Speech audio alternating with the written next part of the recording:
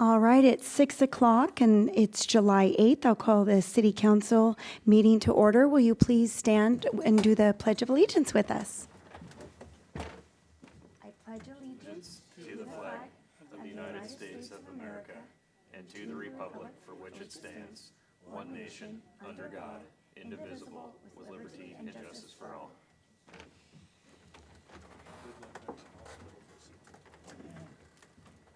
All right. I'm going to start with roll call and acknowledge that Councilman Lavaca has been asked to be excused.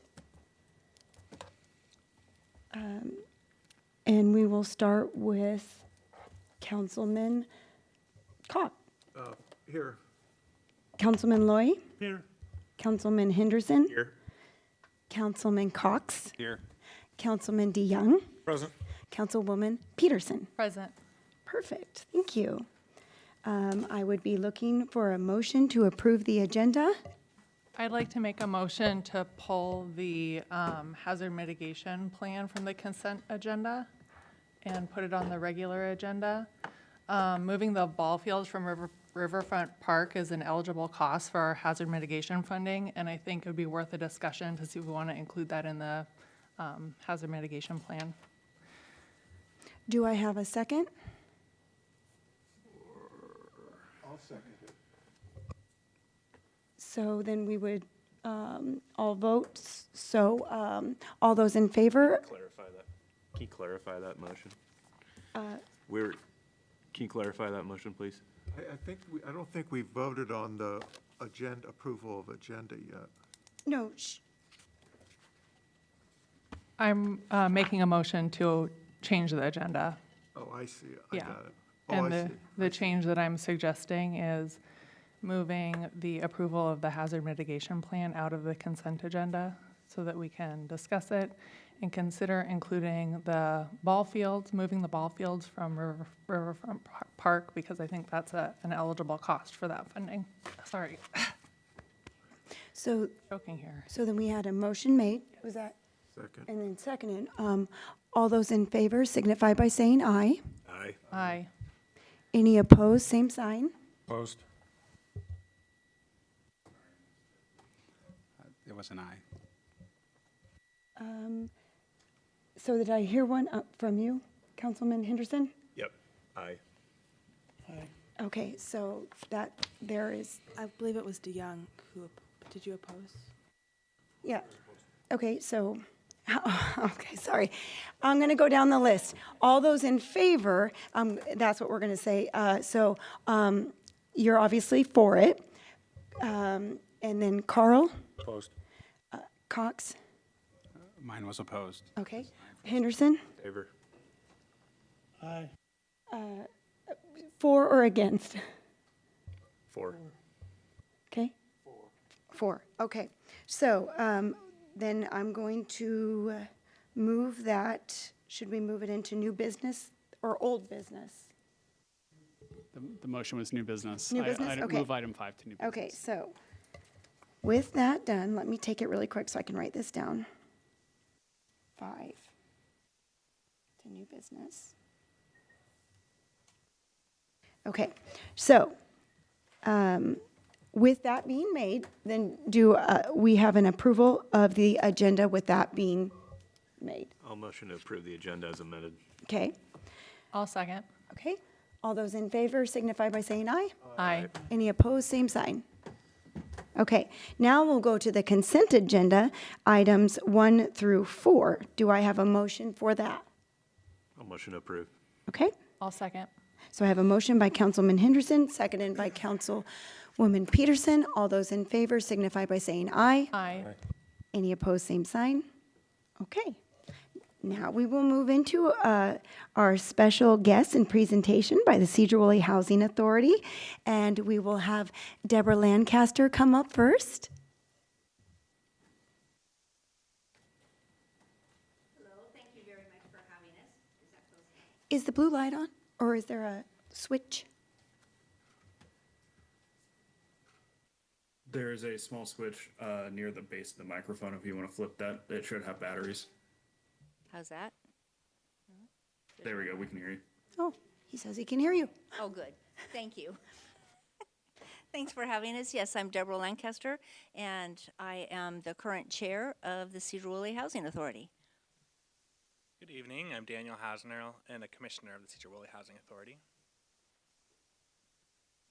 Good evening. My name is Danielle Fontaine, and I'm a commissioner on the Housing Authority. Thank you for having us. And I just wanted to briefly let you know that the Housing Authority was established in 1969 to provide high-quality and affordable housing to some of the community's most valuable and vulnerable residents. We manage 80 units of subsidized housing, and that's more than 150 people that have a place to call home. These people include economically disadvantaged families, seniors, and persons with disabilities. Our daily operations are overseen by King County Housing Authority under a contract, and they're the ones who are here today to give most of the presentation. We just wanted to explain that our mission is to provide quality, affordable housing opportunities and to build communities through partnerships. We encourage self-sufficiency, and we protect the dignity of people with limited resources while safeguarding the public trust. Not able to join us today is our fellow commissioner, Mario Padilla.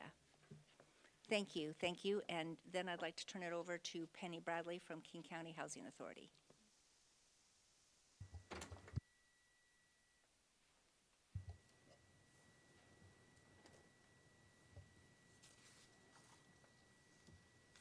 Penny, you'll be receiving a notification to be promoted to panelist. Oh, there you go. You should be able to unmute and speak freely now. Okay. Can you hear me? Yes, we can. Okay, perfect. Wonderful. I'm going to see if I can't share my screen. Here we go. And I will move this to better view for you. Hopefully you can see my presentation. PowerPoint. Let's see. Okay, so I wanted to, good evening, Sedro-Woolley Council members and Mayor Ellen Kesti. Thank you for the opportunity to speak to you about Sedro-Woolley Housing Authority and its long-term partnership with KCHA. Just so you know, we can't see your PowerPoint. Oh. I think he's working on it.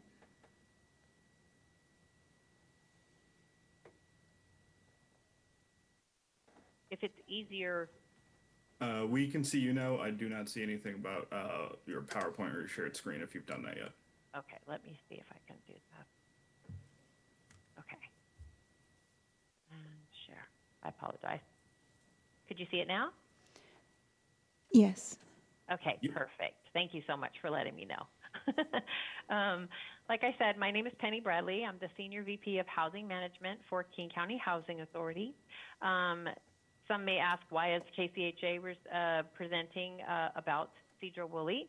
And I will explain that as these slides are moving forward. So what is a housing authority? Just want to give some basics. It's a public agency. It administers federally subsidized housing programs such as public housing and housing choice vouchers, which is Section 8. We own and manage affordable rental housing, and we, as Deborah mentioned, serve low-income households, including families, seniors, and those with disabilities. And we provide long-term stewardship over the housing assets, the actual physical buildings. I apologize. Here we go. So as Commissioner Lancaster said, Sedro-Woolley is 80 units of affordable housing. We have Hillsview, which is 60 units. It's one-bedroom units, and that is specifically for those that are 62 or older or single disabled folks. There's targeting those that are under the 30% AMI income limit. And then we have Cedar Grove, which is the top photo. It's actually 3 small properties, but they're all called Cedar Grove. And it's a total of 20 family units, providing housing for low-income families with children. These are all the funding levels, we have three sources for funding levels. It's federally subsidized operating subsidy and capital funds, and then the resident rent. Residents pay according to their income, usually about 30% of their adjusted income. And we are governed by a 5-member board of commissioners in which you've met our commissioners today.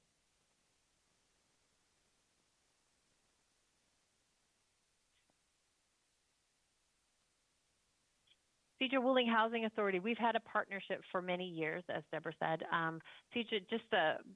Some information, Sedro-Woolley is the third smallest housing authority in Washington State with 80 units. The KCHA on the other end of the spectrum is the largest housing authority with 18,400 subsidized units. This does not include about 9,600 workforce housing that we have that does not necessarily have a subsidy provided, but it's a tax credit, lower income than the area median rents that are available for our working families. So consistently high-performing agency. We are also what's called a moving to work regulatory flexibility. We obtained approval from HUD to be a moving to work agency, which means that we have some flexibility in some of our policies and procedures, and we do have to get HUD approval, but it gives us the flexibility to do things outside the normal realm of what housing authorities that are not MTW can do. Our management agreement with Sedro-Woolley began in 1971. We did some updates in 25, and then KCHA actually does all of the daily operations, maintenance, lease enforcement. We take care of the building. We take care of our residents, things like that. And this is, it allows us to manage the units for the Sedro-Woolley Housing Authority. As far as funding outlooks, public housing, we run into some key challenges that we have. The graph here is, as far as looking at the dates, it only goes to 2020. But I wanted to kind of give you a picture of how public housing has been funded historically. It is federally public housing subsidies. It's subject to congressional appropriations, so it's limited between connection between need and what the funding is actually received by a housing authority. So you'll see that it doesn't keep up with the rising costs of what's going on, insurance, repair costs, staffing expenses, things like that. Resident rents, of course, as I mentioned, are generally tied to the income for the household. So like I said, it's about 30% of their adjusted income is what we receive for each unit as far as the rents go for those. Let's see. Sorry, just catching up with myself on my notes. Let's see. Okay. So public housing, just often limits, our ability without stronger funding from HUD to take care of capital needs in a timely manner. We often have to plan projects over several years to have enough money to take care of our aging buildings. These buildings were constructed in the early 1970s. So while we do maintain the buildings as they're in good shape, there are some larger capital needs that are needed, and I'll talk about that a little bit more.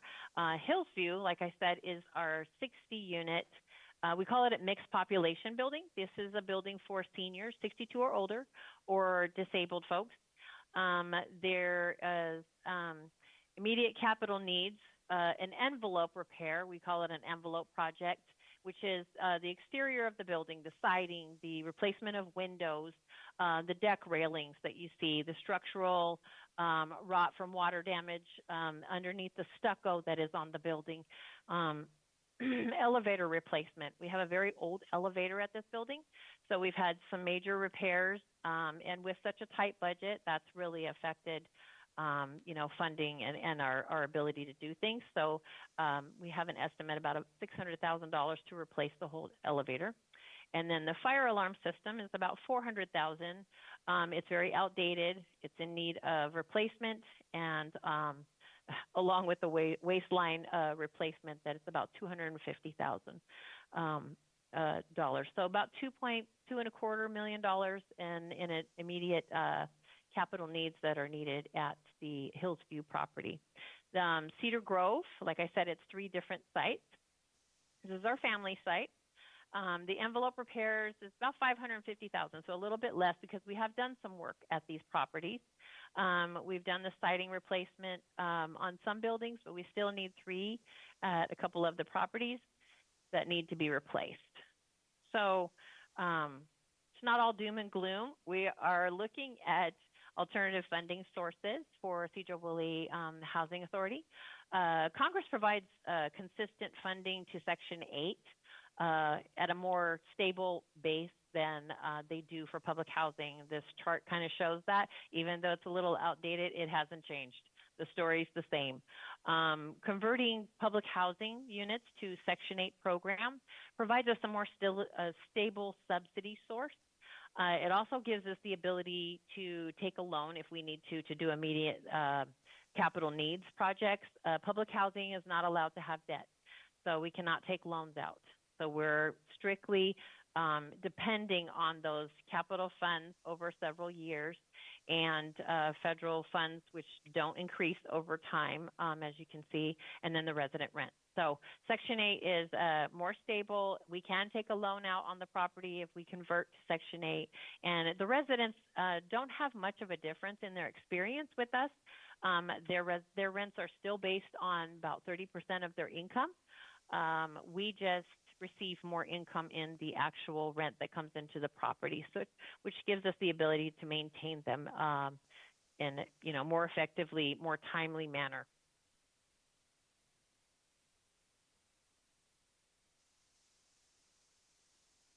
I wanted to go over, applicants. We have about 500 on our waiting list for the properties. There's about 140 for Cedar Grove, and then the rest are for Hillsview. The wait times for someone to get into housing can be 3 years all the way up to 7 or 8 years, because it is all determined on folks moving out. There's no time limit for our residents to live in housing. They're able to live there as long as they are needing the housing. So, which is a good thing, but it also limits the number of households that we can serve and the turn time for the applicants that are waiting on the waiting list. They're able to come into Hillsview and fill out an application in person, or they can go to the website and fill out an application online, which is very beneficial. And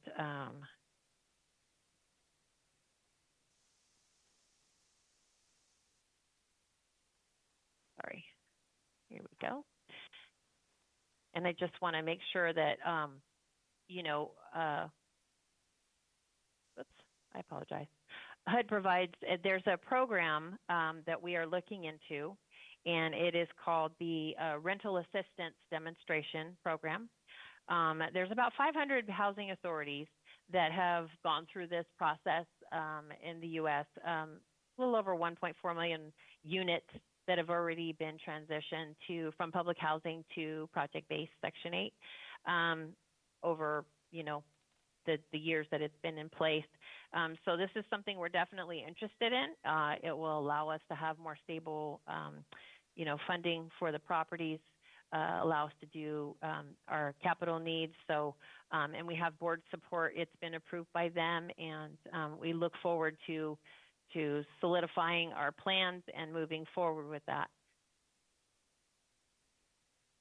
KCHA is committed to, maintaining Sedro-Woolley units and the buildings, and we believe that this is the right path to go. If anybody's interested in any additional information in the, it's called RAD, or Rental Assistance Demonstration, they can go to this website that I've listed here. And I'm here if you have any questions. Thank you so much. It was good to hear all of that. information. I don't think we are all aware of just how much our community needs help in those buildings and what's there. So I'll open it up to the council, and I see Nora, or Councilwoman Peterson, but I can barely see it. Will you pull it down? Thank you so much. Hi, Penny. Thank you for your presentation. That was really informative and great information. One of the things that I think is most important that you highlighted here is that one of these units, or one of these housing sites, I suppose, is prioritizes low-income seniors. Seniors are a real priority in our city, and it's really good to see that we have this housing option for our low-income seniors. These people have worked their entire lives, and, you know, are just trying to make ends meet now in retirement. So we really appreciate that, and that's a huge priority for us. I had two questions. One of them is, could you clarify a little bit about the Section 8 vouchers that are being introduced at Sedro-Woolley Housing Authority? My understanding is that this is a kind of a unit-based system rather than an individual client-based system. And then my other question has to do with if you're going to go after loans, where are you going to get the money to pay off the loans? This is like a really fixed income. It's not like a business. These are fixed income units. So we're not planning on seeing a huge increase in rental revenues, right? Two things. So the first one is with converting the public housing to project-based Section 8, which is a type of voucher. It is connected to the unit. Then you will have a contract rent, which is a little bit, it's higher than the resident rent. So the resident will still pay a portion of their income, and then we will have HAP payments that come in. So we will have more of a stream of revenue for the rental income. Yes. It's kind of a long process to go through this. It can be 18 months to 2 years, depending on, moving through the process, because there's a lot of requirements with HUD. So we are looking into it. We're working on first steps. So it's not something that will happen immediately, but we feel that it's the more stable financial plan moving forward, because it is very important to keep these families housed and keep these buildings viable. There's a lot of work that needs to be done. Also in the conversion, there might be avenues to where we can get, some of the construction costs, within a deal. So there's a lot of moving parts and a lot of folks that I work with at the King County Housing Authority that are very knowledgeable about this. We're actually doing this process with our units, our public housing units. So we're learning as we go. So I just want to make sure that, we do the right thing for Sedro and the residents there. Thank you again, Penny, for your work on this, and thanks to your staff for all of their work and support for Sedro-Woolley. No problem. Thank you. Councilman Cox? Yes, I also want to echo my thanks to Penny and everybody that's involved in this effort. Many years ago, I worked with people with disabilities, and housing was a critical need for them. They don't have a lot of choices, especially depending on the severity of the disability. My question, I just had a quick question just to maybe clear up so these are HUD-owned buildings, is that correct? Yes, KCHA owns them, but they're federally funded, yes. Okay, and isn't there a way also for Section 8 vouchers to be applied to privately owned housing? Is that possible, like apartment buildings, or am I got that wrong? You don't have that wrong, and I need to correct myself. I get used to saying KCHA owns them. Sedro-Woolley, we just manage them.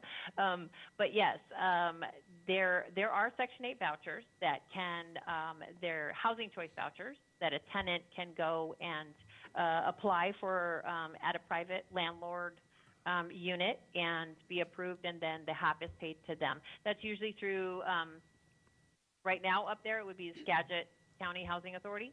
Has a lot of those type of vouchers, and I believe they have vouchers in Sedro-Woolley.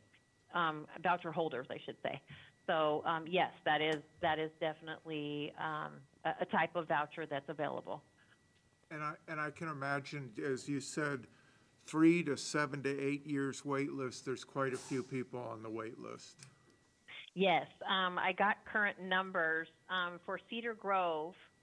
I think I was a little bit off. We have a total of 140 applicants waiting on the waiting list for Hillsview, which is a senior disabled building. And we have 428 for the family sites. Now, this is for 20 units, which is tough, and it just shows the need in the area. And I think this is very much across the board. Most housing authorities have very large waiting lists. We had 20,000 on our waiting list. And we're a large housing authority, but there's just never enough housing to provide to all of the folks who need it. But yeah, there's a good, robust list. So when we have vacates, we're able to fill them really quickly, which is beautiful, provide more housing to those who need it. But it is kind of a wait for folks, unfortunately. Thank you. No problem. Councilman DeYoung? Hey, thanks for being here tonight. Really appreciate the effort, the time, and the partnership. So for the public's benefit, I'm trying to understand, what should residents understand about the practical effect of this transition to Section 8 or the partnerships on current tenants, and what's the expected timeline on these next major steps, and how will residents be informed? And then I have one other question after that. Sure. Residents will be involved, and we meet with the residents. Once we start the process, we'll be meeting with the residents almost on a quarterly basis, depending on what there is to update them on. So they will be informed of the transition. They will be informed of their protections. There's resident protections involved with a conversion. But in the end, their experience as far as what they pay, it's still a percentage of their income. They're still able to stay, in their unit. The housing is more secure as far as the financial picture, which benefits everyone. So the timeline, like I said, once we, start the process, it can be 18 to 24 months.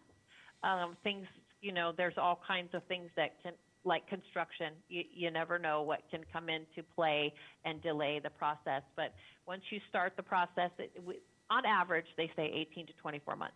Right. So. And then Penny, are there any near-term policy or budget decisions that will be coming back to Sedro-Woolley Council on this? I don't believe so. Okay, thank you. Councilman Cox? Yeah, Penny, I just want to say thank you again for what you do. I was on the commission for a very short while, 6 months or so. We have an amazing asset with Deborah and Daniel and Danny, as we were getting through the names. But it's a great group of people. We had some great trainings. I appreciate just that extra knowledge that you guys gave me. So when you're talking about all this, I really understand it. I understand Section 8 as well, and I understand HUD. So it's just nice to see that we're trying to do whatever we can. 80 units is a start, so it'd be nice to figure that out down the road. But I just appreciate all you guys are doing, all of you. Yeah. Thank you so much. Thank you so much, and thank you guys for all your hard work as well. Thank you for coming out tonight. Okay. Oh, I'm sorry. Councilman Henderson had one. Thank you. Okay. And it might be for you or Charlie, for you. So you're looking at about $2.8 million worth of renovations, and what's the time frame you need to get those done in? And second part of that question is, since these are our residents that live in our city and our voters and our taxpayers, is the 1590 construction funding eligible to help these projects out at all? Yes, I can answer the second part, which Okay, is the perfect. 1590 monies are eligible for this. All of our 1590 monies are eligible. The service money can be used for capital, and obviously the capital money can be used for capital. I believe 1406 money would also be eligible for this. As far as timeline, if I could replace that elevator today, I would. It's been limping along. You know, with our capital funds that we receive for Sedro-Woolley, I want to say they're about $350,000 a year. We have to piecemeal those over years to be able to do a capital project. So that's kind of been the delay in getting the elevator done. We have a really amazing capital construction department, very knowledgeable about doing these things and kind of managing those funds. The exterior shell water intrusion on Hillsview, which is the senior building, we're pretty concerned about. Obviously, that's infrastructure. So if we have to do a minor repair to just get us along until we can have the actual funding, that's usually what we do. I mean, we do what we can. So I would say, if there's grants or anything like that, we'll welcome the help. But the exterior siding is concerning. The elevator is working right now, but it is a 3-story building. So when the elevator goes down, there's a lot of resources we can bring in, but it's still very impactful to those residents. A lot of them can't do the stairs, so we bring in staff. We put, we have some measures that we take to help, but it is impactful, and it's kind of scary if you can't get downstairs and something happens. So that's obviously very important for us to keep that elevator going. But yeah, I hope that answers. No problem. Thank you very much. All right. Now we will be moving on to City Administrator Report. Yes, thank you, Mayor Kesty. Council, just a brief note tonight. To my right is George Cox. He's been our intern this summer. He's a public affairs or public relations major at Western. Technically has walked for his graduation, but this is his capstone class doing this internship. He's halfway through it. So he's got about another 3 weeks to go to get to the end of July, and he's just been doing amazing work for us. We have a huge need for communications assistance. He's doing a lot of website work, so if you notice on the website, it's different, it's better, it's more up to date. He's the reason why. He's been working really closely with us. We're doing some kind of hot topic updates as well on the website, but he's also writing some other pieces for us and doing a variety of other projects, part of our senior management team. So he's just been a great addition to our group, and just wanted to recognize him. He's coming to this council meeting tonight as a part of his experience as an intern. I'll echo that with Charlie. I've had the pleasure of getting to work with George, and he has been instrumental in the changes for our website. And I only wish that Nick were here, or Councilman Lavaca, so he could hear that. And when he gets back, he'll be able to see it. But he's setting us up. So thank you very much. Yep, and that's all I have this evening. Okay. All right, then let's move on to council member reports, and we'll start with Councilman Cox. I have a few things. I wish to acknowledge the many wonderful activities that were part of Sedro-Woolley's July 4th celebration, including the rodeo, parade, fair, and incredible artistry of the wood carving. Many thanks to the selfless volunteers who are the reason these events take place. Thanks also to city staff who helped with July 4th events. I remotely attended the county commissioners' public comment and work session discussion of the city's proposal to build ball fields at the county-owned Northern State Recreation Area. On a very tough note, I am saddened by the awful crash July 4 at Highway 20 in Township and the death of 19-year-old Ana E. Rose Mendoza, a pedestrian struck by a car. Sedro-Woolley police quickly tracked down the driver who, according to their Facebook, our city police Facebook post, is facing a vehicular homicide. My deepest appreciation to all first responders who had to respond to this very tough situation. And my heart goes out to Ana E.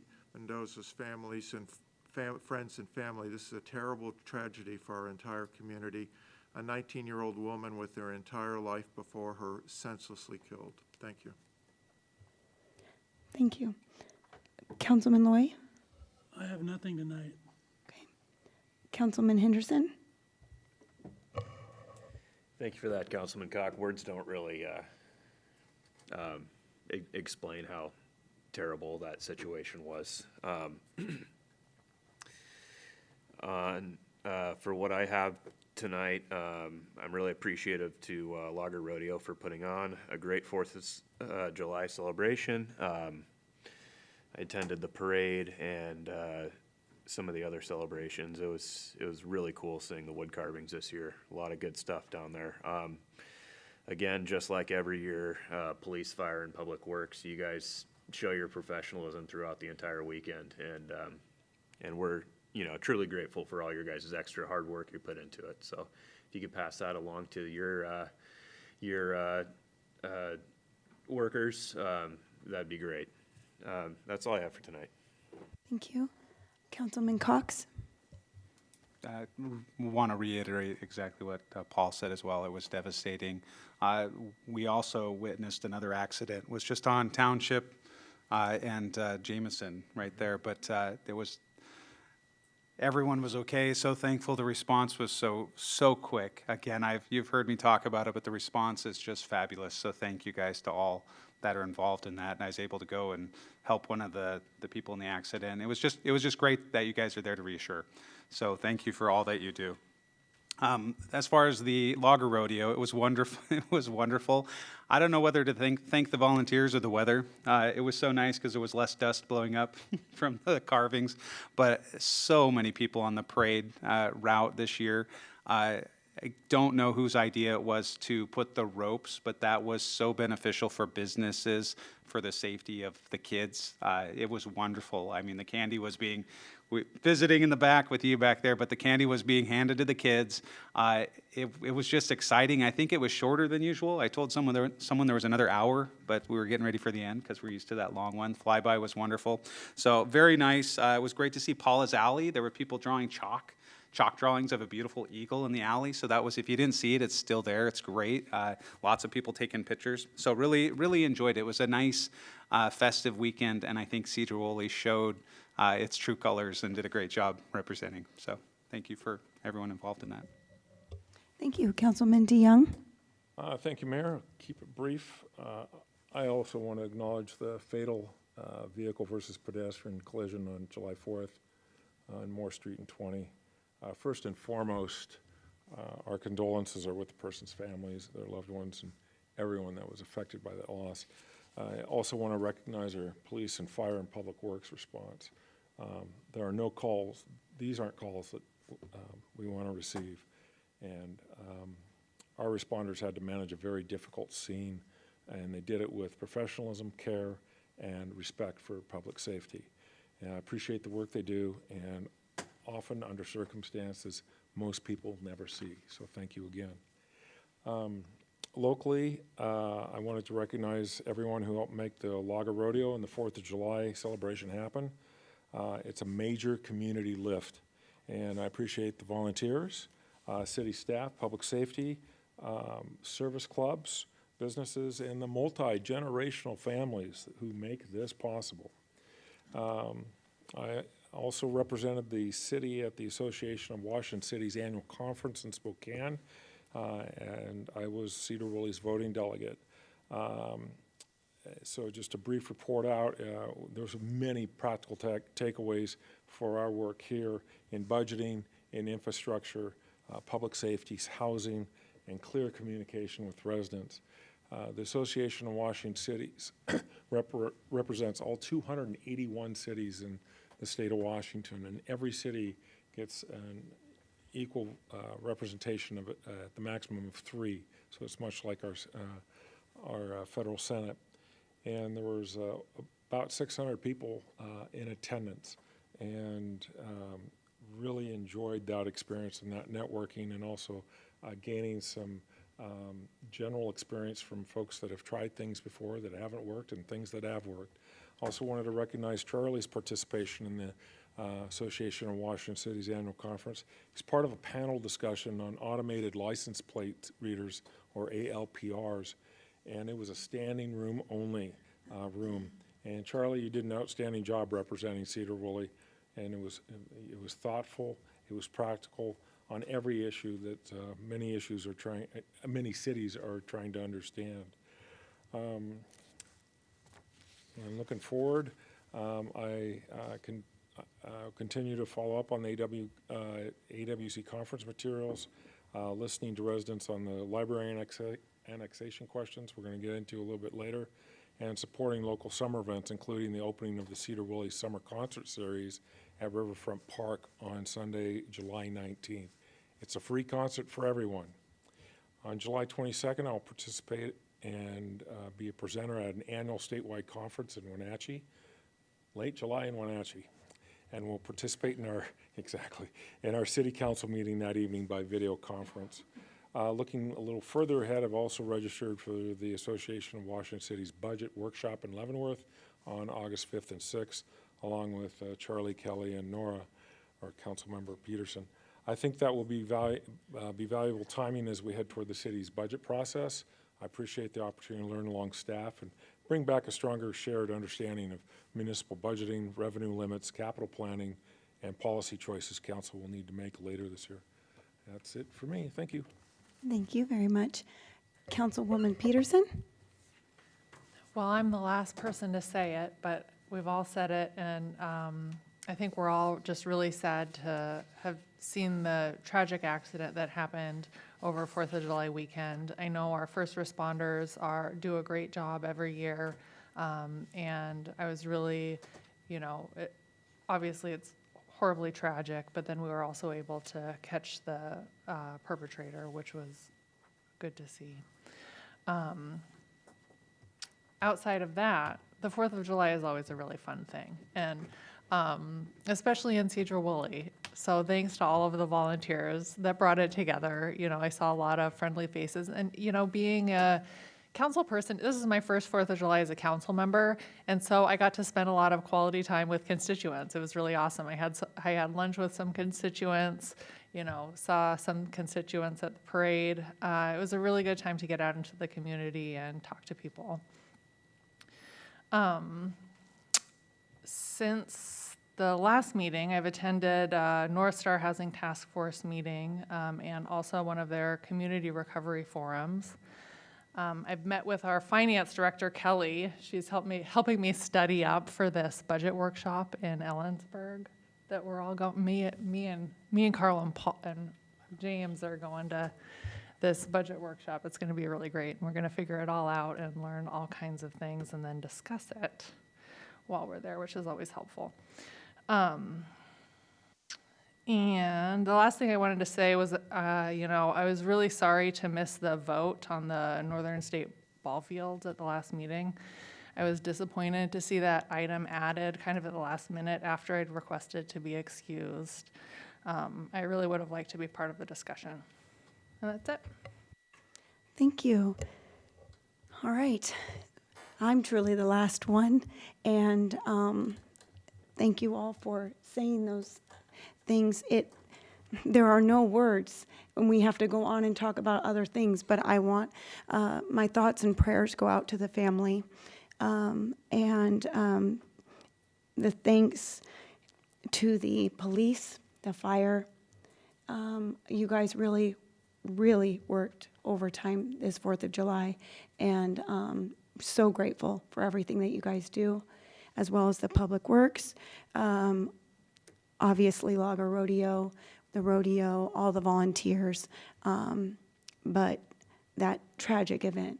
Thank you so much for everything that you guys do, and like I said, my hearts and prayers go out to the family.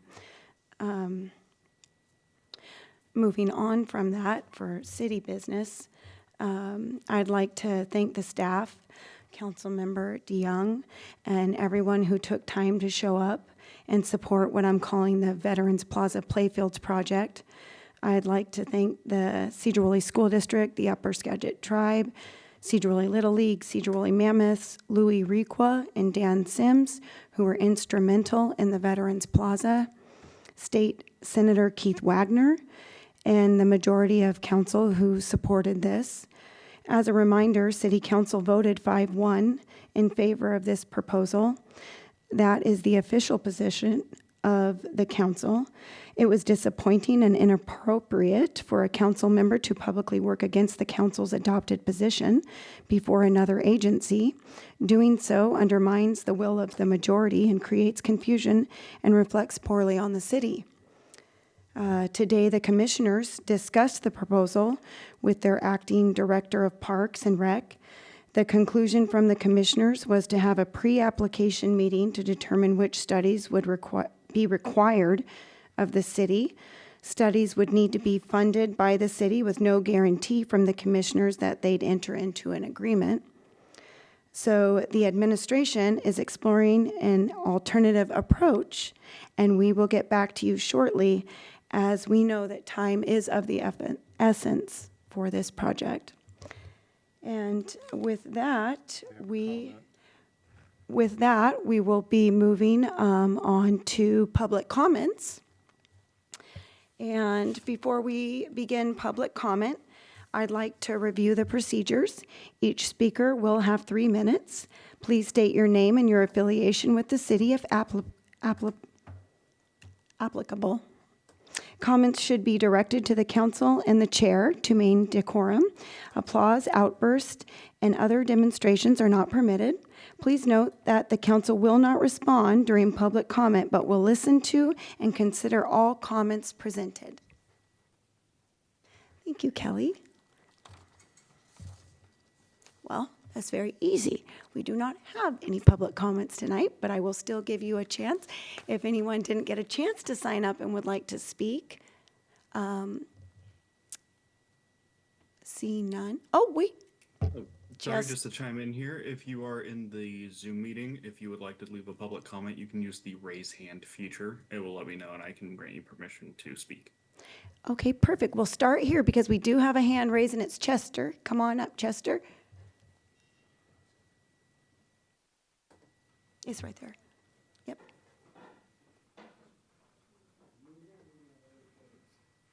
One more note here before we begin the public comment. It looks like Zoom has removed the built-in timer feature, so I will do my best to let you know when the 3-minute timer that I'm starting on my end is up, and then I will have that sorted out by the time of the next council meeting. Perfect. Thank you so much. All right, go ahead.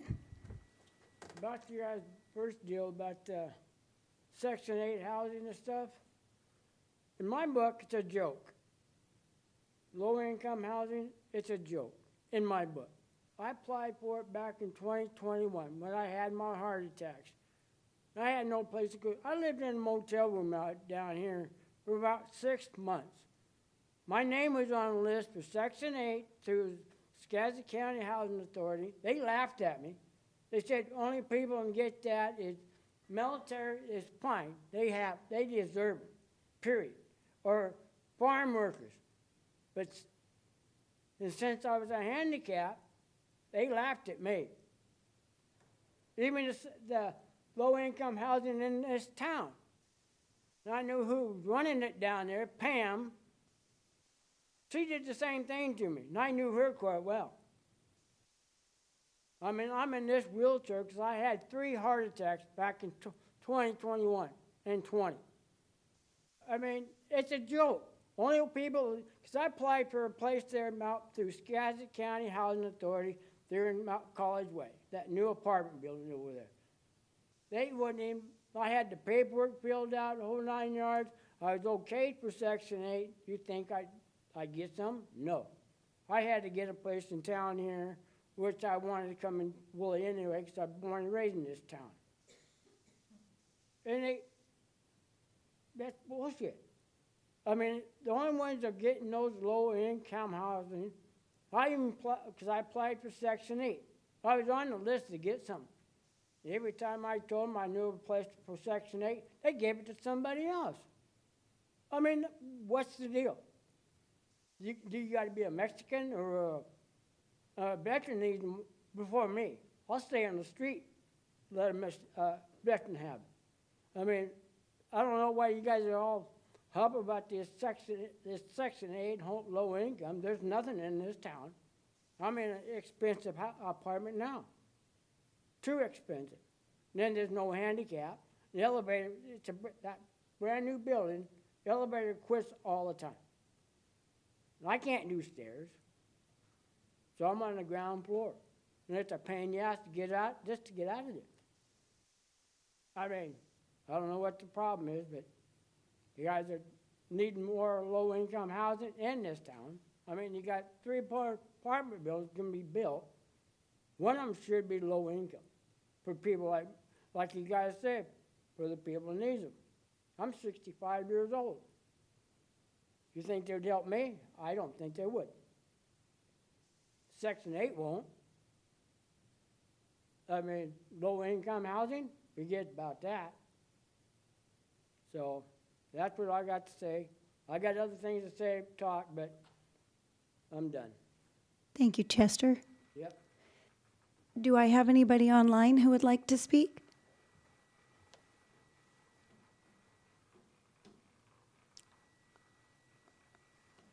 Do you see anybody? I do not see anybody Okay. using the raise hand feature. Okay, perfect. Then we'll just go ahead and close public comment at 6:50, and we will move on. We do not have any unfinished business, and we will move new business, Resolution 1189-26, adoption of Skagit County Hazard Mitigation Plan and Annex 8, second read, and I believe that was you, Councilwoman Peterson? Yes. I think the thing I'm trying to do here is convince everyone at the dais here to include this in our hazard mitigation plan. I think there's some, people have different ideas about where to put these baseball fields, but I think all of us agree that the baseball fields need to be moved. And my approach to government is always go seek grant funding until you have everything covered and budgeted for. I reached out to Bill to ask kind of how the funding was structured for this. And there are city funds in the mix. So I'd like to see, until the project is completed, I'd like to see the city seeking funding and positioning itself to receive funding to cover the cost. Okay. So before we move on to Bill, do you want to, Councilman Henderson? Thanks. So I saw the letter and the response to it. So Bill, seeing how brick funding takes short amount of research, about 18 months, right? Give or take. I was really trying hard to find anything on there that was specifically for like ball fields and sports, right? Which I didn't really find much for the brick funding, but for an RCO grant, that would be available to use obviously for recreation, right? Now with that being said, is there a way that we could apply for funding and get reimbursed after we do? Because we're on a tight timeline for this project. We have Little League going on right now. We have soccer getting ready to start. And a lot of the problem here is we don't have enough field space. And that was made abundantly clear a couple meetings ago when, Little League came in here and told us what their needs are. I spent a lot of time talking to coaches the last couple weeks. We have over 600 kids signed up for Little League this season, which is an enormous amount of people. So would we be able to apply for an RCO grant and then have it be reimbursed later on down the road while moving The answer to forward on the that's project? no. Almost all funding. There is some funding, like for instance, the Department of Ecology funding we have for designing our sewage treatment plant. Some of that was retroactive, but a limited amount. Most sources of funding require you to get the funding obligated and be under a funding contract in order to, and then any prior work to that is not typically eligible. But we are fully funded to do the baseball fields under Yeah. under the current proposal, Under the- and we still don't know what's going on with that yet, but Correct. under the current proposal, we have 300 from the sale of a property. Right. Looking to reinvest into city infrastructure. Correct. Including but not limited to ball fields. And then we have, REIT funding, REIT funding, Parks Impact Fee funding, and I know Parks there's. Reserve Fund, right? I Yes. think you mentioned that too. Yeah, and then we have used most of that funding at Olmsted Park, but we do have some balance there we can put towards that. It's certainly eligible to put towards that. Then we do have general fund reserve money, and we also have private investment. Just a note of clarity, that $300,000 from the sale of that property, we did put $40,000 of it towards two other projects. They're escaping me at the moment, but so there's $260,000 from that. So just wanted to make that clarification. Thanks, Kelly. Councilman Cock? Yes, first, I have a little statement and then a question. It's not inappropriate to state my opinion on the NSRA proposal at the County Commission public comment, as I merely stated my position when I voted against the city proposal. It's called the First Amendment. It was a public hearing. My question was, the $300,000, that is from the sale of the Helping Hands property, is that right? So does that have any strings attached to it? Oh, you answer that. No. So it's unencumbered, so we can use it however we want. So what you're talking about is using that and some reserves, right?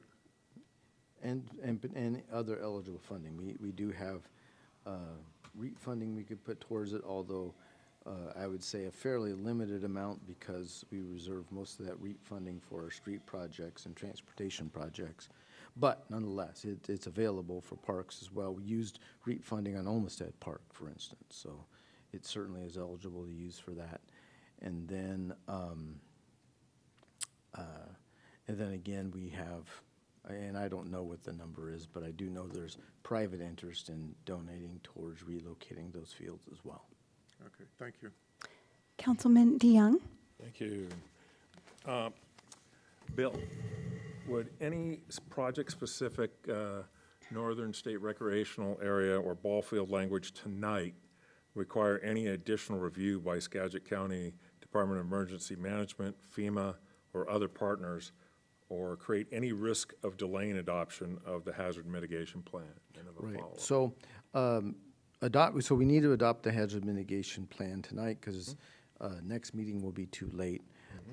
I did talk to Department of Emergency Management earlier this week, and they said that yes, we can adopt the plan with a specific addition to our project list, which is basically on table 93. Okay, it's current status of previous hazard mitigation action plan. And it's that table that something like this is what you're limited to applying for in BRIC funding. And I do have some proposed language that actually, I'm focused more broadly than just recreational facilities and also more broadly than just funding. So I'm referring to, in my, two different wordy languages, talking about all hazards, which includes flooding, but as well as wildfire and well as many other things as well that certainly could apply for. I don't want to just limit it to one type of public facility. So, so we certainly can do that. We can certainly add another, I'll say, row to our list that we have in table 93 as part of our motion to approve the plan.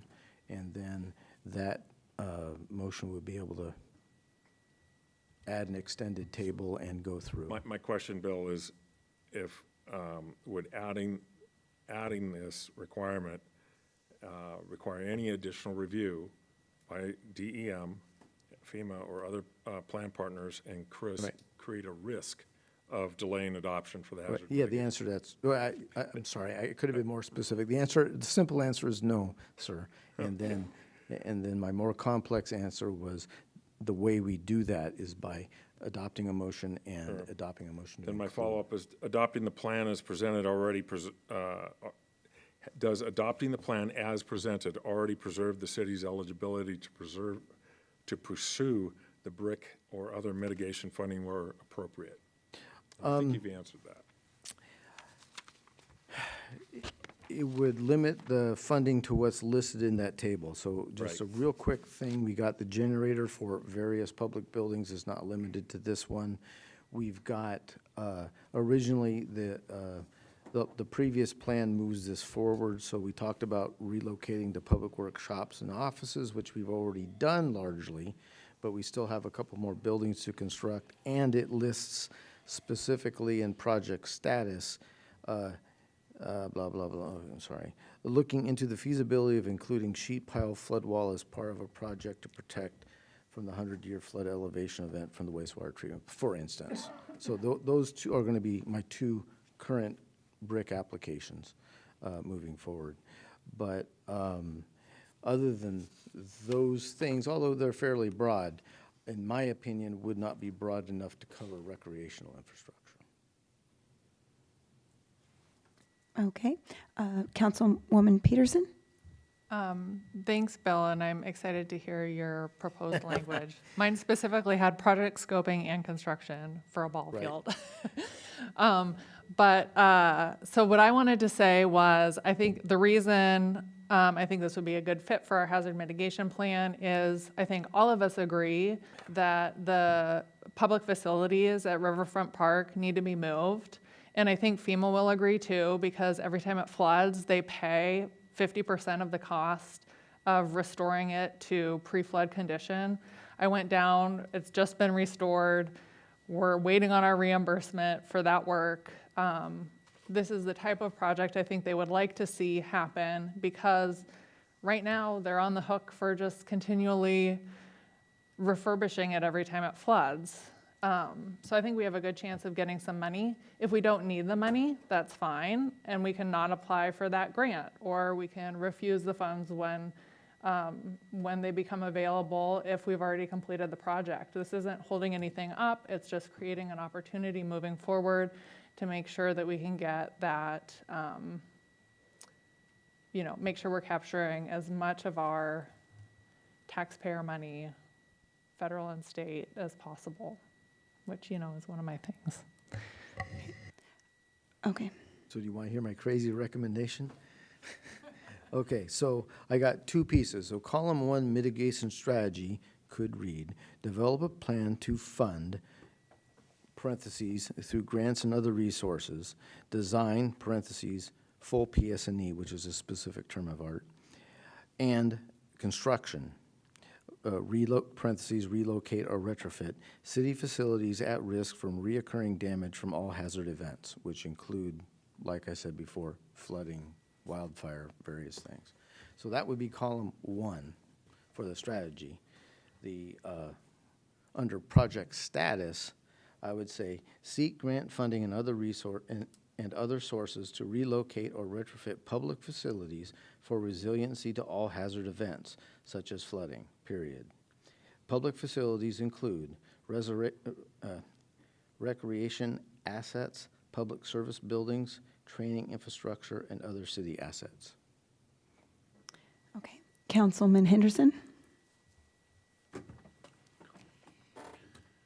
Oh, I had my light on before you gave that. You can pass me for now. Okay. Do you still have your light on, Councilman DeYoung? Because I can't see with your hand. Nope. Yeah, Okay. I can go ahead. Okay, go ahead. Let me just get my, Bill, do you have that in the packet? What page is that? No, I do not have it in the packet. I just wrote it. Okay, that's why I can't find it. So therefore, I agree that fiscal responsibility includes looking for outside funding. It also includes keeping the process clear, avoiding unnecessary delay, and not adding late language that may complicate a regional plan adoption. I would support staff evaluating grant options separately. I would not support amending tonight's hazard mitigation plan adoption to add specific, project-specific language. So therefore, I move resolution, the resolution of number 1189-26, a resolution of the City Council authorizing the adoption of the Skagit County Hazard Mitigation Plan. All right, we have a motion to approve as written. Do I have a second? I'll second. Okay, I have a motion by Councilman DeYoung, seconded by Councilman Henderson. If there isn't any more discussion? I just want to Councilwoman clarify Peterson? that including this new language and including this project will not delay the adoption of the plan, like Bill said, and it will only create opportunities for the city to seek federal funding for the baseball fields. Thank you. All those in favor signify by saying aye. Aye. Any opposed, same sign? Opposed. Okay, so we have 4-2. Motion passes as written. All right, now going on to grant agreement, Washington State Military Department flood recovery. Thank you, Mayor. So this is basically our recovery money that we've applied for the damage to the riverfront ball fields through the FEMA process. And basically it's kind of two parts. FEMA provides 75% of the funding, Washington State provides another 12.5%, and then the city covers the rest. So this, the reimbursement amount is about $90,000. Some of that is a little less than we originally estimated because we got a better price on the fencing and some other efficiencies we were able to gain. And I know with that, I'll be happy to take any questions, but it's basically that simple. This is our process for recovering from the flood damage. Okay, Councilman Cock? I just had a quick question. One of my constituents asked me, and I couldn't remember, I think you've told me this before, told us this before, that you improved the kind of fencing down there so it's more resilient, but I couldn't remember how, Yeah. because they asked, why do we keep replacing it when it Sure. gets knocked down? And there's a couple different things too. It is possible that future flood damage could be denied by FEMA because they've replaced it multiple times. And part of the, when you receive FEMA funding for mitigation, one of those things that you're supposed to do is add more resiliency so it doesn't happen with as big of an impact in the future. So some of the things, we've done a couple things. And I've had some pictures of those. We've added some different pieces. So if you recall, right now we have several pillars with cable ties between them to segregate some of the different fields from the traffic and stuff. That's one of those things. It's not a fence, so it doesn't act like as big of a net. And those concrete columns aren't as subject to damage. We have a couple other areas where we had some different pedestals that we've actually put kind of, they're kind of shaped like a home plate that points towards where the flooding's going to come from, and it kind of splits that velocity of the flood water so it doesn't damage what's behind the baseball diamond, if you will. And so there's some different features we added. The driveway, the portion of the driveway going into the picnic areas of Riverfront to go up on the high ground. Not all of that was damaged in 2021. The remaining part got damaged in 2025.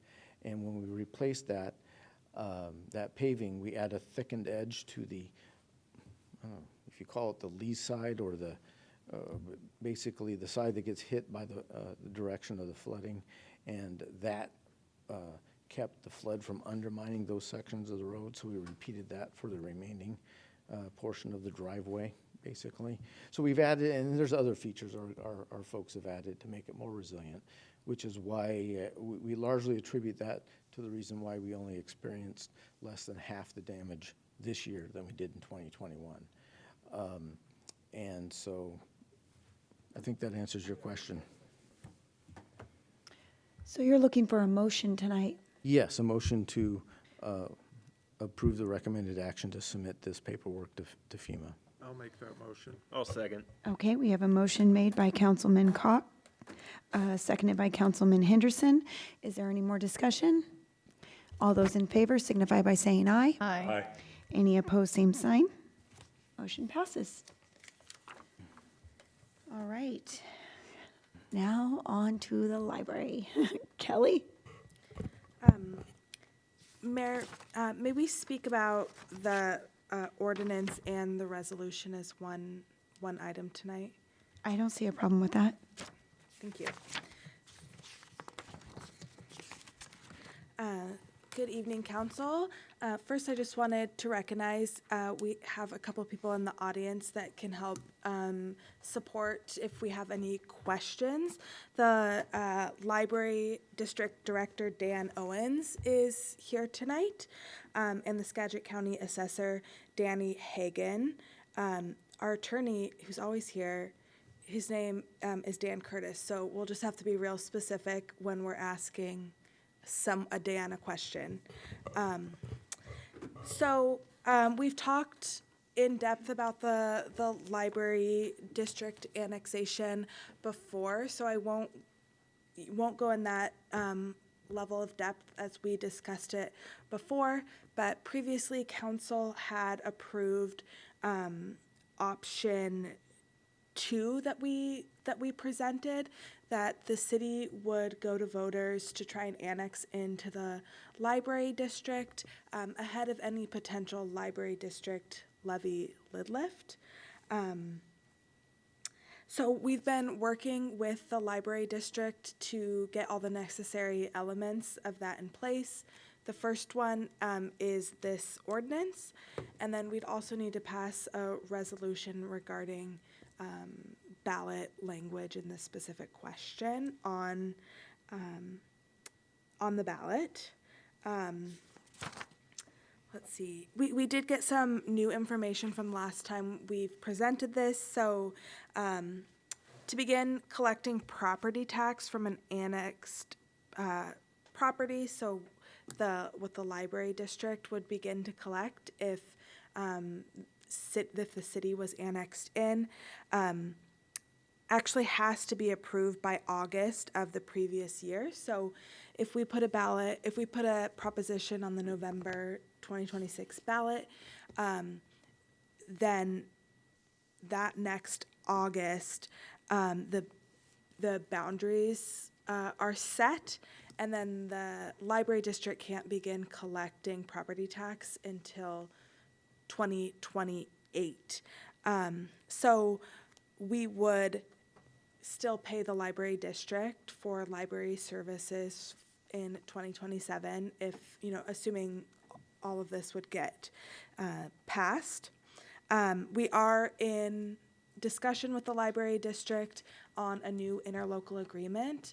The current interlocal agreement stands as the city is not a part of the library district. So a new interlocal agreement would outline our payment arrangement for 2027, and then our arrangement after 2027.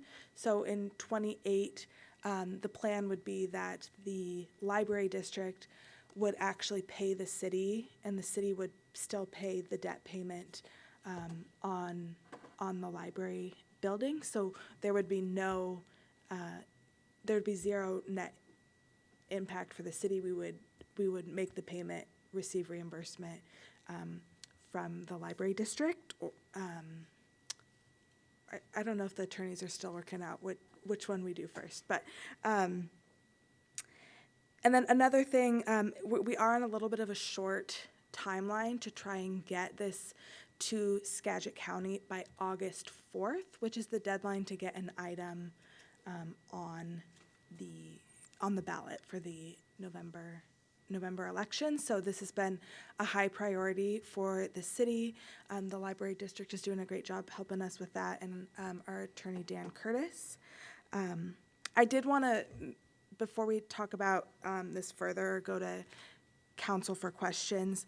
I did just want to make a reminder that the library district and the city were two separate entities, and that the city doesn't have any authority regarding what ballot measures the library district puts on, so regarding the levy, their levy lid lift. So that'll be up to the library district and their board of trustees. And that if the city gets annexed into the library district, that the voters would be a part of the library district and would be able to vote on any such measures, which is something the library has also discussed as well, wanting everyone that uses their service to have a say in that. And then final thing wanted to point out is regarding the financial impact of annexing into the library district for homeowners who pay property tax.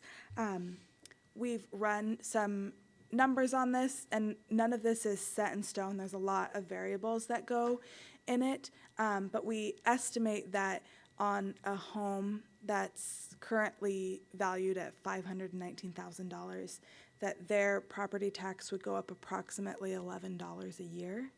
The city would, if the library district began collecting property tax in '28, the city would offset our own property tax by up to $474,000. So there would be a slight increase. We wouldn't offset the entire amount, but estimate about $11 annual increase. So if council has any questions about any of that? I'd like to start by Before we go saying to thank. council, may I add just one thing? Mhm.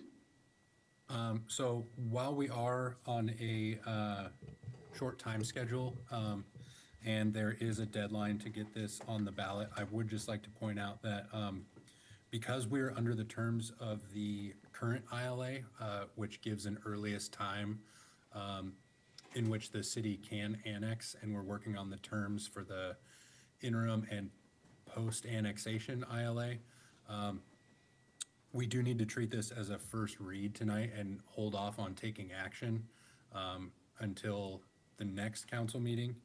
And also, we will still need to finalize the proposed ballot language. So unfortunately, we are limited to just a first read tonight.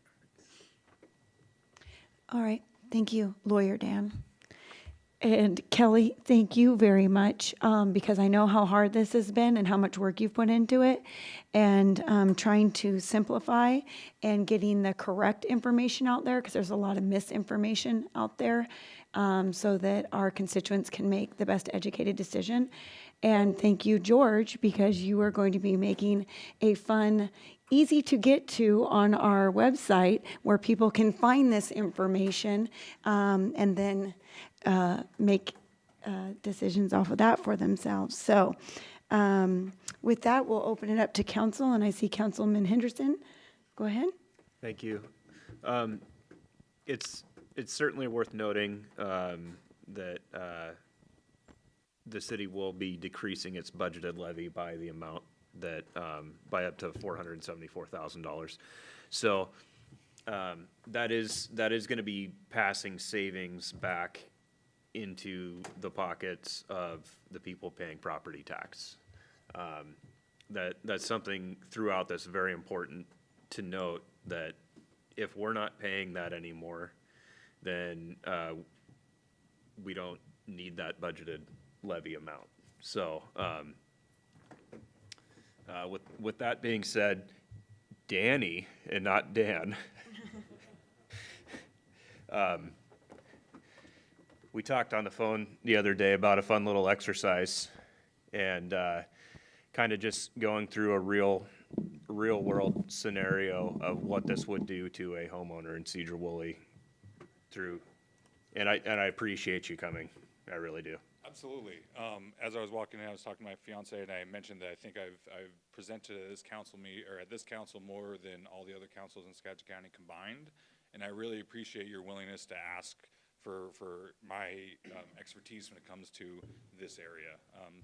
So yeah, the example, I'm taking the idea that currently the library district levies 23 cents per thousand roughly. That the city's already paying. If this were to be annexed, that would be taken away from what the city's levying. And so that is kind of a wash there, and that's exactly what you mentioned, Councilmember Henderson. One thing I do want to think, I think with the math, it's off a decimal point.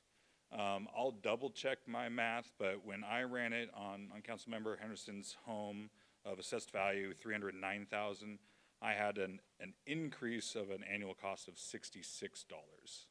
And on the average assessed home, approximately $111 annual cost. And that is the levy lid lift portion. That's not the annexation portion.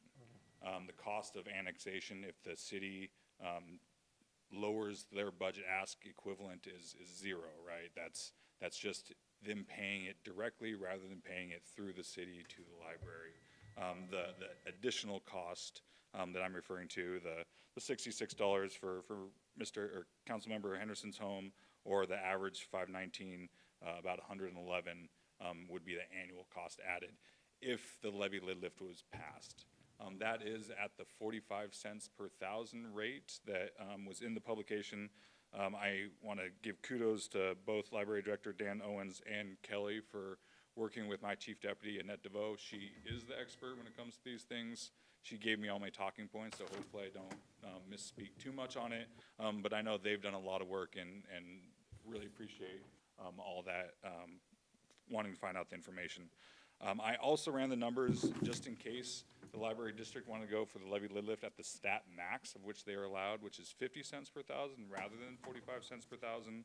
And that would be $81 annually added to Councilmember Henderson's home, or $137 to the average home of $519 in the city of Sedro-Woolley. So those are the annual costs that would be added with the levy lid lift if it were to be passed at that 45 or 50 cents per thousand. And that's with the net savings coming back from the city's reduction of our levy rate. Yeah, that is strictly looking at that kind of levy lid lift increase. That is not taking into account that kind of base of 23 cents per thousand that everyone already is paying one way or another. Thank you. It makes sense to me, you know, because it's a real house versus, you know, just, and that, you know, I mean, averages are average, right? But when we're talking about, you know, real world stuff, it's a little bit easier to understand in that fashion. So Totally. I appreciate you doing that. Yeah, and just because I have a mic in front of me right now, I am going to, like always, announce that the senior exemption income threshold is increasing drastically for 2027. That's going to go up from 48,000 currently to 78,000 starting 2027. I'd love to come and give a presentation solely on that sometime in the near future. But there are going to be people voting for these levy lid lifts that more of them are going to be exempt from that because they're going to be into the senior exemption program. And then I'm available to take any other questions as well. Be great to have you at the senior center and do that too. Absolutely. I've been there once before, at least once before, and actually met Councilmember DeYoung there when we went to Toastmasters together. Nice. Early in the morning. Councilman Cox? Yeah, I'm not sure who would answer this. Maybe you, Danny. And again, thank you for coming. And I would love to have you come back on the senior exemption. That's very important. Excuse my ignorance, but on the annexation, that would only be Sedro-Woolley residents voting on that, legal residents? Is that how that works? Correct. And then on the levy lid lift, that would be all members of the library district, including Sedro-Woolley if we are annexed, right?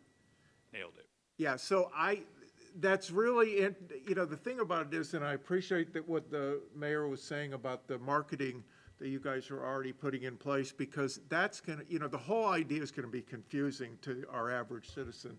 They'll think, well, I'm already in the library district. I'm not in the library district. I get to use the library. They won't understand that. So the most the clearest language you can put out there, the better. So thank you. Councilman DeYoung? I counted 0 ums. It's a Toastmaster reference. I do have kind of a side quest with you. What is it's kind of a pop quiz, so it's okay. I did some calculations based off your website. What is the total property value of Sedro-Woolley? Is it like 2 million, what is it, 2.06 billion? That sounds about accurate. Okay. For the levy rate sheet that you pulled it up on. All right, and so Yeah, then it is we 2.06 base many things off that. So, and that was off the 2025 data that I found off your wonderful website that you applied to 2026. It's always great to have the maths conversation, and I appreciate your input. Thank you. Can I make a point? Sure. Or a statement? In the packet, we've included an estimate based like without a levy lid lift in 2028. Again, not knowing what will ultimately, what the library district will ultimately decide to do and when they'll decide to do it. So we included that information, not knowing, as if we're being annexed in. No further formal action has been taken. And then also included an amount if the library district did do a levy lid lift that was applicable that same year. And, as the assessor said, we gave the 45 cents per $1,000 of assessed value. But that is merely a placeholder. That hasn't been set. That's just an estimate for calculations. So just wanted to give some of that context as well. All right, thank you. So will we also be moving on then into the resolution for the ballot, or did you just cover that The together? resolution just gives language for the ballot proposal, although Dan Curtis and I, our attorney, we've been working a lot on that language. We reached out to Skagit County and need to add some additional information in there. So it will not be this language, and we'll be bringing back additional language to council for the second read. Okay, so then we would be able to move on to the next. Mayor? Yes? I just wanted to say I appreciated the added explanation in the packet. Kelly, I know there was a couple iterations with that. So the goal is simple for me, is making sure that residents should understand what they're being asked to decide, what the tax effect would be, what happens to the debt, and why the city is considering it now. So thank you. Great work on the packet. Thanks. You're welcome. So if there's no more on that, then we'll move on to the purchase agreement for ambulance replacement. So, not something that I'd actually like to present, but unfortunately, as you all know, the end of May, one of our ambulances was driving westbound out here on State Route 20 near Trail Road a little after midnight and was struck head-on by a impaired driver. With that, our ambulance was deemed a total loss, meaning that we could not repair it and get it back on the road. The unfortunate part of that is, those of you that have been on council for a while, when we buy a new ambulance, it has taken us sometimes up to 2 years or more to get one to be built. Sometimes finding a chassis has been some of our biggest burden with the timing. And with that, our insurance company has been amazing. Serena and Glenn have worked hard with our insurance agency to come up with a plan. We had a couple different avenues. One was to replace it with a brand new ambulance. With that, we would be looking at a 2-year wait. Unfortunately, we're not in a place to be doing that. With this ambulance off the line, our next one up is obviously running a lot more than normal, and Our next one up in line ended up having engine troubles and a transmission problem, and is sitting in Bellingham at the dealership now, right? Hoping that we can fix that and not replace an entire another motor and transmission. So we are in a mothballed ambulance that we pulled out of the shop right now to help us get by.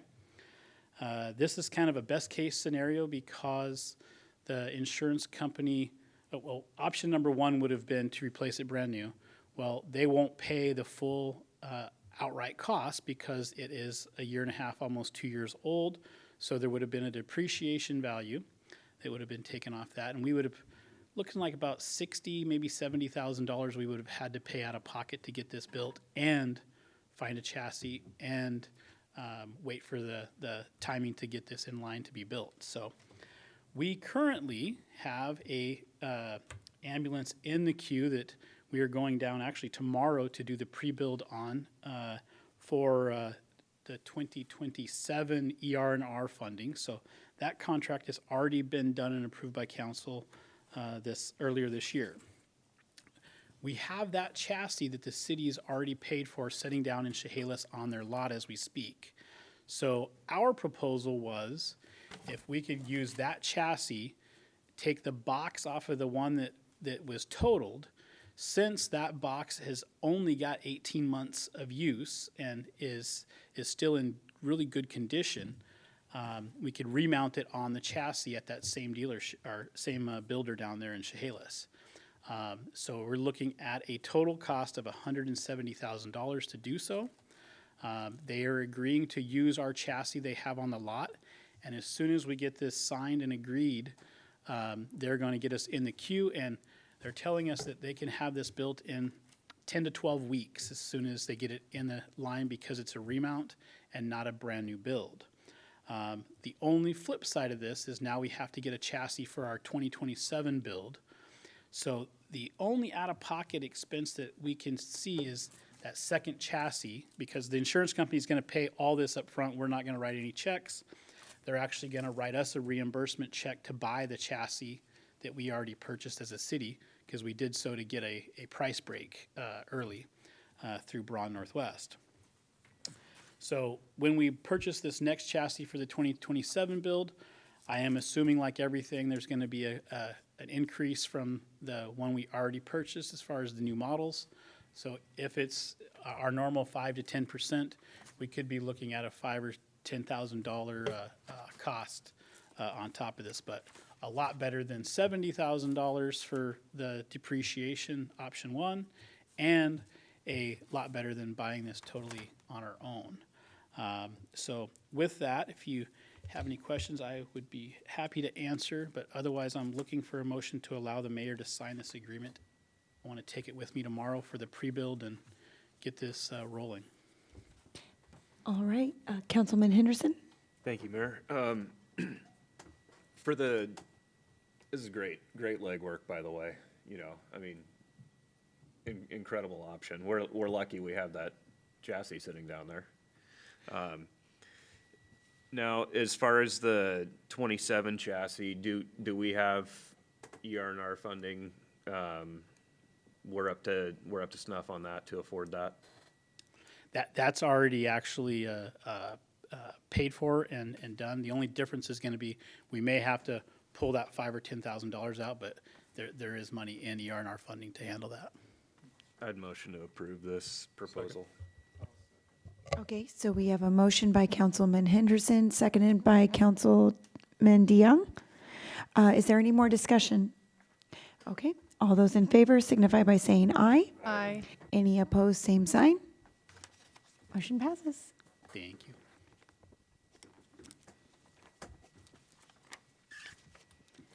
All right, and wow, guys, this is 7:33. If there isn't anything else for the good of the order, no executive session, I'd be looking for a motion to adjourn. Move to adjourn. Oh, so quickly. By Councilman DeYoung, seconded by Councilman Cox. All those in favor signify by saying aye. Aye. Any opposed, same sign. Good evening, everyone. At 7:34, we're